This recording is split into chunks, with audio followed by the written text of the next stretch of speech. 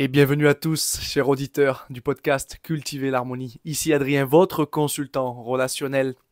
Et aujourd'hui, nous allons parler encore une fois de dépendance affective à travers ce nouvel épisode du podcast Cultiver l'harmonie. Je pense que je me répète, mais ce podcast pour apprendre à cultiver une vie harmonieuse et cultiver évidemment une meilleure relation avec soi-même et surtout avec les autres. Et comment avoir une meilleure relation avec les autres? Eh bien, tout simplement en ayant une meilleure relation avec soi. On est la base du triangle. Pourquoi je commence par cette notion-là? Parce qu'aujourd'hui, on va faire un peu le point sur la dépendance affective et surtout comprendre et essayer de mettre en place des actions pour arriver à s'en libérer, à sortir de cette dépendance affective. Et ça va passer par un vrai travail qui est uniquement sur soi. Donc si vous êtes dans la catégorie de certaines personnes qui pensent que si vous n'arrivez pas à vous détacher de votre ex, c'est à cause de cet ex-là. Si vous n'arrivez pas à vous détacher de quelqu'un, d'une fille que vous avez rencontrée ou d'un homme, etc., c'est parce qu'il vous a manipulé, il vous a fait ci, ça. Ben, cet épisode, il va être un peu compliqué pour vous parce que vous ne mettez pas l'énergie au bon endroit. Le curseur, il n'est pas mis au bon endroit, là. Vous êtes en train de ne pas prendre, justement, votre responsabilité. Ce que l'autre a fait, ce qu'il vous a dit, ce qu'il vous a fait, ce qu'il vous a poussé à faire, ce qu'il vous a empêché de faire, etc. Ça, ce n'est pas votre responsabilité. Dans la vie, il y a ce qui dépend de nous et ce qui ne dépend pas de nous. Nous, ce qui dépend de nous aujourd'hui, c'est qu'est-ce que je veux faire de cette relation. Est-ce que je veux continuer à ce que, en gros, cette relation impacte encore ma vie, me freine, m'empêche de m'ouvrir à autre chose, etc. Bon, bref, ça, on va le voir après. Mais dans tous les cas, dites-vous bien une chose, c'est que si aujourd'hui, vous vivez une dépendance affective avec quelqu'un, que ce soit un ex ou même une personne avec qui vous êtes en couple actuellement, et là, le scénario est différent, d'accord? Mais on va vraiment partir là du principe que vous voulez vous détacher d'une personne que vous avez rencontrée. Eh bien, il faut bien prendre conscience que le seul pouvoir que vous avez, c'est sur vous-même. Vous pouvez passer autant de temps à critiquer cette personne et à l'accuser, ça ne changera rien. Vous allez toujours rester dans le même blocage, dans la même impuissance, et c'est là qu'il faut prendre sa responsabilité et se dire, ok, maintenant, qu'est-ce que je fais de ça? On va y revenir juste après, justement, hein, sur cette notion de responsabilité. Si vous le souhaitez, je vous invite vraiment à aller écouter mon podcast précédent sur la dépendance affective. Je parle d'une expérience personnelle, d'une expérience d'une amie. Il s'intitule « Je n'arrive pas à lâcher mon ex ». Il n'y a pas plus explicite que comme titre pour parler de ce sujet-là. Et ça sera vraiment le B à bas. C'est essentiel, je pense, que vous écoutez d'abord cet épisode pour pouvoir ensuite mieux cerner celui-ci et mettre en place ce qui est nécessaire pour vous libérer de cette dépendance affective. Alors, je ne vais pas passer forcément par toute l'explication de la dépendance affective, les dépendances, etc. Parce que le rôle d'une dépendance, parce que j'en parle justement dans l'épisode précédent, c'est aussi pour ça. Mais ce qu'il faut bien comprendre, c'est que lorsque l'on veut se libérer d'une dépendance affective, on va passer par 3 étapes essentielles. Ces 3 étapes, c'est prise de conscience, acceptation, observation, responsabilité. La première étape, prise de conscience, c'est à la fois une des plus faciles et aussi une des plus difficiles, parce que c'est celle qui va nous permettre de faire un état des lieux de ce qui se passe concrètement. Est-ce que j'arrive à prendre conscience que là, je suis dans une dépendance affective? Je n'arrive pas à me détacher de cette personne-là. Est-ce que j'arrive à voir que j'ai mis mon masque de dépendant associé à la blessure d'abandon, etc. Est-ce que j'arrive à voir les peurs qui m'empêchent de partir de cette relation? C'est pour ça, encore une fois, que je vous invite à écouter l'épisode précédent, où j'explique un peu pourquoi, en fait, on reste bloqué dans la dépendance affective, et ça vient principalement de nos peurs. Quelles sont les peurs qui m'empêchent, à moi, là, concrètement, là, de partir, en fait? Est-ce que j'ai peur de ne pas trouver mieux? Est-ce que j'ai peur de me sentir seul? Est-ce que je ne pars pas parce que j'ai peur? Souvent chez les femmes, c'est les mêmes peurs qui reviennent, l'horloge biologique qui tourne, la peur de ne pas trouver quelqu'un avec qui je peux faire des enfants, etc. Chez les hommes, c'est souvent la peur de regretter, d'avoir fait le mauvais choix, la peur de ne pas trouver peut-être un partenaire sexuel avec qui je vis autant d'intensité. Ça, c'est intéressant comme point parce que ce soit chez les hommes, chez les femmes, souvent, on peut rester dans une relation un peu toxique, très axée sur le sexe, parce on se dit, mais en fait, je ne vais pas arriver à trouver ça avec quelqu'un d'autre, à retrouver cette intensité-là avec quelqu'un d'autre. Et quand on a conscience de ce masque, de ces peurs, c'est également intéressant de prendre conscience des conséquences de cette dépendance affective. c'est quoi les conséquences de rester dans cette situation-là? Et j'en parle justement dans l'épisode précédent concernant une amie, où je lui disais, mais c'est fou parce que tu es en train de t'inquiéter du futur, de te dire, je vais peut-être pas trouver quelqu'un d'autre, etc., etc. Mais comment tu veux que ton futur soit idyllique? Comment veux-tu créer ton futur quand tu n'arrives pas déjà, là, présentement, à créer un présent sain pour toi? Comment tu veux arriver à créer quelque chose avec quelqu'un quand tu n'arrives pas à te détacher d'une personne qui est là en train de t'empoisonner, en fait, d'une relation qui est en train d'empoisonner ton présent? Tu es fatigué, tu es épuisé, tu vis des émotions, c'est un roller coaster le truc, c'est des montagnes russes. Comment tu veux, en restant dans cet état-là, en continuant à subir ces conséquences-là, comment tu veux arriver à ce que tu veux plus tard, en fait? C'est ça les conséquences, là. C'est quoi les conséquences? Peut-être que en restant toujours en lien avec cette personne qui vous fait vivre beaucoup d'émotions, etc., ben peut-être que vous vous fermez à quelqu'un d'autre. Peut-être que vous êtes en train de vous conditionner, de vous faire des dégâts pour le futur quand vous allez rencontrer quelqu'un de sain pour vous. Peut-être que vous êtes en train de perdre une énergie folle. Peut-être que vous perdez votre temps. Que vous êtes en train de gâcher votre vie sentimentale et même votre vie tout court à cause de cette personne-là. Ou plutôt, à cause de cette relation-là. Attention. Parce que c'est pas la faute de l'autre, c'est la faute de tous les deux dans cette situation. Peut-être que vous êtes en train de juste vous vider de votre énergie, que c'est en train d'impacter votre monde professionnel, etc., etc. Les conséquences peuvent être désastreuses. J'ai vu des couples divorcer, se déchirer, avec des drames qui accompagnaient ces événements-là, tout simplement parce qu'un des deux n'arrivait pas à lâcher l'affaire avec une ex, n'arrivait pas à lâcher l'affaire avec un ancien plan cul avec qui il se passait ça. C'est terrible. Donc, mettez un point important là-dessus, c'est quoi les conséquences de rester dans cette situation-là? On va y revenir après aux conséquences, c'est très important. Une fois qu'on a réussi un peu à prendre conscience de tout ça, il y a une deuxième étape, qui est essentielle. Et oh, combien sous-estimé. Moi, le premier, je l'ai sous-estimé pendant très longtemps. Je vous expliquerai après pourquoi, mais c'est l'observation, l'acceptation. Alors quand on parle d'acceptation, il y a beaucoup de gens, ils disent oui, non mais moi j'accepte ça, je suis indépendant, je suis dépendant affectif, c'est bon, j'accepte. Sauf qu'en fait non, ils sont sur les nerfs un truc de fou, ils s'en veulent un truc de malade, ils accusent tout le temps l'autre, ils s'accusent eux. Bref, quand on est dans le bon chemin, on arrête à un moment donné d'accuser l'autre. On arrête d'accuser l'autre personne avec qui on est dépendant, pour qui on a cette dépendance, parce qu'on a compris qu'en fait, c'était pas mettre son pouvoir au bon endroit. Par contre, le problème, c'est qu'on commence à s'accuser soi. Et c'est ça le truc, c'est qu'on arrête l'accusation avec l'autre, c'est déjà un bon pas, mais maintenant on s'accuse soi. Et là, c'est problématique parce qu'il n'y a pas d'observation quand il y a accusation. Il n'y a pas d'acceptation quand il y a jugement et accusation. C'est quoi concrètement l'observation? Je vais en faire un épisode complet parce que c'est quelque chose d'incroyable lorsque l'on arrive enfin à l'expérimenter, à le vivre avec une compréhension du cœur et pas juste une compréhension mentale. Moi, pendant très longtemps, j'avais une compréhension mentale de ce qu'était l'observation, mais je n'arrivais pas souvent à la vivre, à l'expérimenter.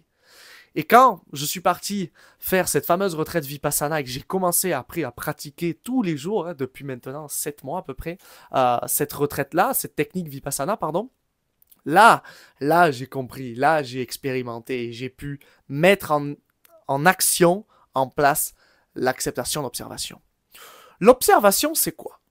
Lorsque l'on vit une émotion, on va dire que c'est comme si c'était une blessure à l'avant-bras. D'accord? J'ai une blessure à l'avant-bras, je ne sais pas ce que c'est. Au moment où l'émotion est réveillée, la blessure, du coup, me fait mal. Qu'est-ce que je fais? Premier réflexe, aïe! Je mets la main dessus. Et je suis là, aïe, aïe, aïe, j'ai mal, je panique, tout. Ok. Là, je suis en réaction. C'est-à-dire que la blessure s'est activée, j'ai mis mon masque, d'accord, de contrôlant, de dépendant, de fuyant, de rigide, peu importe la blessure, de masochiste pour la blessure d'humiliation. Il y a des masques bien précis pour chaque blessure. Et en fait, je suis en réaction, c'est-à-dire que j'agis sous le coup de l'émotion. Donc le masque de contrôlant, peut-être que la personne en face, une femme m'a énervé, ma compagne, et bam, ça y est, ça a touché une blessure parce que je me suis senti trahi et je m'énerve contre elle, et patati, patata, bref. Donc là, en fait, j'ai mis la main sur la blessure et je sais pas en fait quoi faire avec ça. Nous, ce qu'on veut, quand on est dans l'observation, c'est au moment où la blessure nous fait mal, au lieu de suite mettre une main dessus et ça y est, aïe aïe aïe, non, c'est aïe, j'ai mal, ok, je regarde ce qui est en train de se passer. Et donc du coup, ça demande un certain travail de désensibilisation. Parce que quand la blessure elle est intense, c'est très difficile à faire. On se laisse embarquer en fait. On prend le train de l'émotion, de la blessure, et c'est parti. Là, boum, je prends le temps de regarder, même si c'est douloureux. Waouh! Et en fait, je me rends compte que depuis le début, c'était pas une coupure que j'avais, c'était une brûlure. Et là, déjà, ça me permet de prendre encore plus conscience de ce qui se passe, d'observer, ok. Plutôt que d'être en réaction, de mettre la main dessus et de faire n'importe quoi, hop, non, c'est une brûlure, ok. En observant, je suis capable, petit à petit, de mettre un baume dessus. Je suis capable, petit à petit, de mettre une crème dessus. Et la douleur s'apaise. Et un jour, je reviens et hop, la blessure me refait mal. Hop, ah ouais, je vois, c'est encore brûlé. Ok, bon, ben, je vais remettre un peu de crème. Ça va aller, ça va passer, ça va passer, ça va passer. Et petit à petit, c'est comme ça, en fait, qu'on guérit nos blessures. Mais c'est une notion que l'ego, la tête, elle comprend pas. Elle se dit, mais c'est pas logique. Gros, si je suis là en train de péter les plombs parce que je suis en colère, t'es en train de me dire que je dois juste observer ma colère et rien faire, ben je vais rester en colère toute ma vie, en fait. Ça va rien changer. C'est là, en fait, que l'ego, il comprend pas. C'est que lorsque on réagit à une blessure, à une émotion, on lui donne du crédit, on la nourrit, cette émotion. Et c'est pour ça qu'elle ne part pas, et c'est pour ça même qu'elle s'amplifie. Lorsque l'on arrive à observer sans jugement, sans accusation ce qui se passe, on ne nourrit plus cette émotion, les sankaras, comme ils disent pendant la retraite, c'est-à-dire les réactions, les mauvaises émotions, etc. Les sankaras, on nourrit plus ces sankaras. On observe, on le voit et on lui donne plus de crédit, on lui donne plus de nourriture. Et donc petit à petit, ces sankaras, ils vont commencer à être en petit jeûne intermittent, puis en jeûne hydrique, puis en jeûne total. Ils vont commencer à maigrir, à se réduire petit à petit, petit à petit. Et on ne va plus souffrir de cette blessure, on ne va plus être en réaction. Donc ça, cette notion d'observation et acceptation, pourquoi elle est importante? Parce que moi, par exemple, pendant longtemps, je sautais un peu cette étape-là. En tout cas, du moins, j'arrivais pas à vraiment comprendre cette étape-là et à l'expérimenter. Donc, je passais de l'étape 1, prise de conscience, à, ok, solution, boum. Étape 2, étape 3, responsabilité. Responsabilité, on va y venir, c'est les actions qu'on met en place après. Et donc, en fait, le problème, c'est que je passais pas par cette étape-là qui était essentielle, et j'étais toujours en réaction, que ce soit dans l'étape 1 ou l'étape 3. Et quand l'étape 3, ça fonctionnait pas, je pétais toujours les plombs parce qu'en fait, je n'arrivais pas à avoir cette observation, cette acceptation. Il n'y aura pas de changement tant qu'il n'y aura pas d'observation, d'acceptation. Mon Dieu, cette phrase, quand j'y pense, je l'ai tellement entendue, je l'ai tellement lue à travers le cursus d'écoute ton corps que des fois, j'avais envie d'éclater, de dire putain, si oui, acceptation, acceptation, je m'accepte, m'observe. Là, tu sais, je pétais les plombs des fois. Parce que je me disais, mais c'est pas possible. Et là, en fait, je m'en voulais parce que j'arrivais pas à trouver de solution à m'en sortir, en fait. Mais une fois que je l'ai expérimenté, j'ai fait waouh, ok. Là, j'ai capté. Là, j'ai compris ce qui se passe. Et il y a tout qui s'est dégoupillé dans ma vie. C'était assez impressionnant. Donc, observation, acceptation essentielle, je ferai un épisode là-dessus, mais c'est vraiment notre capacité à juste être là. Wow, ok, ça y est, je vois que là, il m'a renvoyé un message et je lui ai répondu. Je suis en train de retomber dans le panneau. Je vois que c'est en train de revivre et de réveiller ma dépendance. Même chose un jour, je suis là, tranquillement, posé à la plage, et puis je vois un couple super amoureux et ouh, ça réveille la tristesse en moi et la petite phrase qui me dit « Oh, j'aurais pu avoir ça aussi avec mon ex, là. » Et vas-y que c'est reparti, on y va. Et là, boum, j'observe, ok, la dépendance, elle est réveillée. C'est ok. Je le sens, j'ai une partie de moi qui souffre encore, qui est encore dépendante de tout ça. C'est temporaire, ça va passer. Moi, c'est quoi que je veux là? Là, dans la situation où je vis ça, je veux juste arriver à m'observer quand je vis la dépendance. Ok, c'est une partie de moi qui souffre. Moi, le Adrien, là, lui, il veut autre chose pour lui. Il veut plus ça. Mais là, pour l'instant, j'observe, ok, ça souffre. C'est temporaire, ça va passer, peut-être dans 10 minutes ou dans 1 heure. Je vais complètement oublier la sensation que je suis en train de vivre là. Ok. Maintenant, c'est quoi que je veux, moi, concrètement? Je prends ma responsabilité, 3e étape. C'est quoi que je veux, concrètement? C'est quoi ce que je veux, concrètement, pardon? La responsabilité, c'est le passage à l'action. C'est maintenant, je connais les conséquences de rester dans cette dépendance-là, et je fais un choix. Est-ce que je fais le choix conscient de rester dans cette dépendance-là, ou est-ce que je fais le choix conscient, même si ça fait très très peur, d'aller vers ce que je veux? C'est-à-dire de ne plus être dépendant de tout ça, de me libérer de cette dépendance. Et ça passe par des actions. Peut-être que ça va être de bloquer cette personne. Peut-être que ça va être de ne plus lui répondre. Peut-être que ça va être d'avancer vers de nouvelles personnes, etc., etc. Généralement, quand c'est la dépendance affective, c'est surtout de ne plus répondre à cette personne, c'est peut-être de la bloquer, c'est peut-être de... Parce que des fois on dit non, je l'ai bloqué partout. Oui, non, tu l'as pas bloqué dans les SMS, donc tu reçois des SMS. Après tu dis je l'ai bloqué dans les SMS, mais tu reçois des mails. Je l'ai bloqué dans les mails, tu reçois des pigeons voyageurs. Bon, à un moment donné, après c'est du harcèlement, faut faire quelque chose là. Mais faut être lucide et vrai et authentique avec soi-même. Faut assumer un peu, ok? Donc là, qu'est-ce que je veux pour moi en fait? Je décide de passer à l'action. Boum. Et j'y vais. Je le bloque partout. Je bloque cette personne partout. Et j'avance. Et ça va revenir. Parce qu'il y a trop de gens, ils sont là, oui, j'ai guéri de la dépendance affective. Mais c'est pas vrai. C'est pas vrai. On ne guérit pas comme ça du jour au lendemain de la dépendance affective et de nos blessures. C'est un travail qui se fait, mais pour toute la vie. Donc oui, vous allez avoir de la dépendance affective. Vous allez en revivre. Et vous savez quoi? C'est que peut-être que vous allez plus en vivre avec votre compagnon ou votre compagne, mais vous allez en vivre avec vos enfants après. Et vous allez en vivre constamment. C'est normal, c'est logique, c'est propre à l'humain parce que on est dépendant de quelqu'un, parce qu'on est dépendant d'un manque affectif que l'on vit à l'intérieur de soi. Et ces manques affectifs-là, c'est le travail d'une vie, d'arriver à y répondre par soi-même, de les combler par soi-même, et d'arriver surtout à s'en libérer et ne plus dépendre des autres pour répondre à ces manques affectifs-là. Donc, troisième étape, responsabilité. Je passe à l'action. Responsabilité, je me mets un fond d'écran, j'en parle des fois en ce moment des fonds d'écran là, sur mon compte Instagram, Adrien Harmonie, si vous ne me suivez pas encore.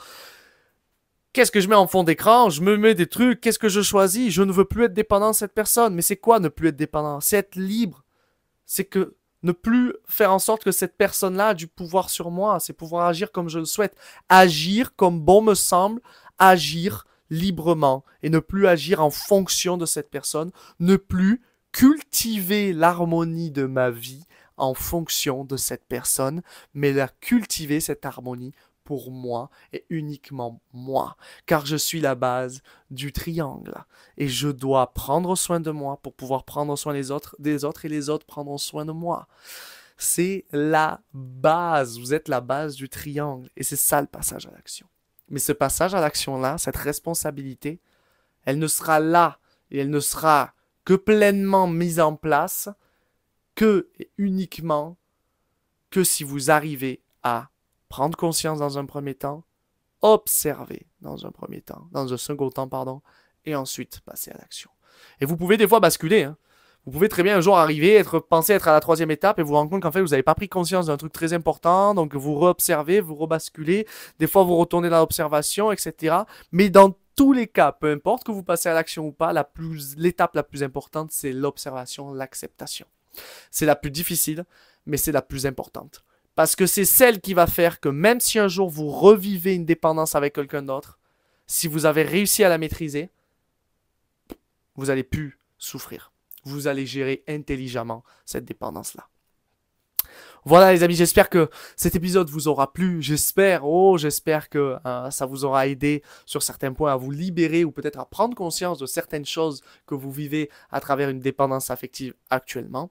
Je vous invite à me suivre sur les réseaux sociaux et notamment Instagram, Adrien Homme Harmonie, il y a de belles choses qui se préparent et je vous dis évidemment à la semaine prochaine pour un nouvel épisode du podcast Cultiver l'harmonie. Bye bye.